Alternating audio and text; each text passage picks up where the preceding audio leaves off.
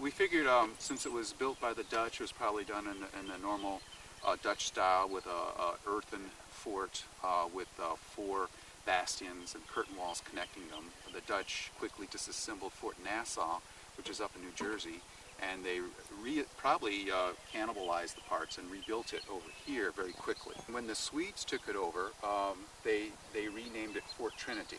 And in the account of Peter Lindstrom, a military engineer, he reconstructed the whole thing and especially rebuilt the front, or the bastions on the front side, and put in a battery in front where he put in 4 cannons. And then in front of that he put in a palisade, and that's where the famous drawing is that we get our dimensions from. We're looking for more evidence of the Dutch fortifications and Swedish fortifications as that goes.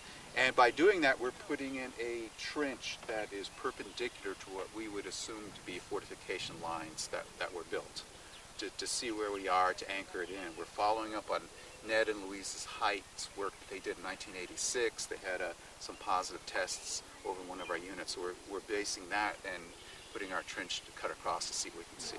The work that he did there was pretty remarkable in that he did come down on top of what appears to be a 17th century surface with potential evidence of the shoreline. I'm not sure still if we have evidence of the fortification, but we certainly have evidence of early settlement, Dutch settlement, probably Swedish settlement as well. I think our purpose here is to try and verify whether in fact that little bit of what Ned Height thought was part of the Dutch and Swedish fort is in fact part of that.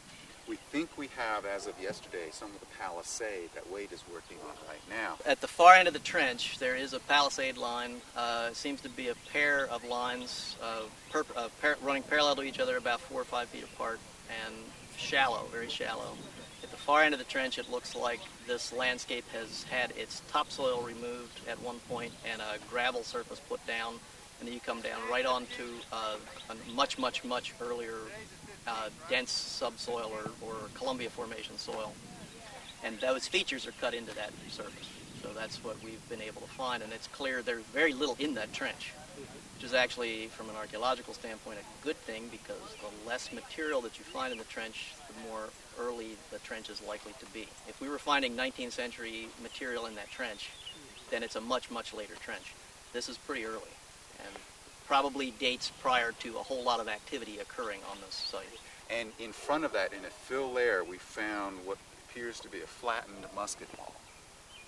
So this fort was under fire at various episodes from the Dutch and from the English, and it is possible that this came from that. The signs are good so far, but there are also alternate interpretations that could be drawn from what we've seen so far. So I would hesitate to say we know what we found, but we know more than we did from the little test unit that Ned did.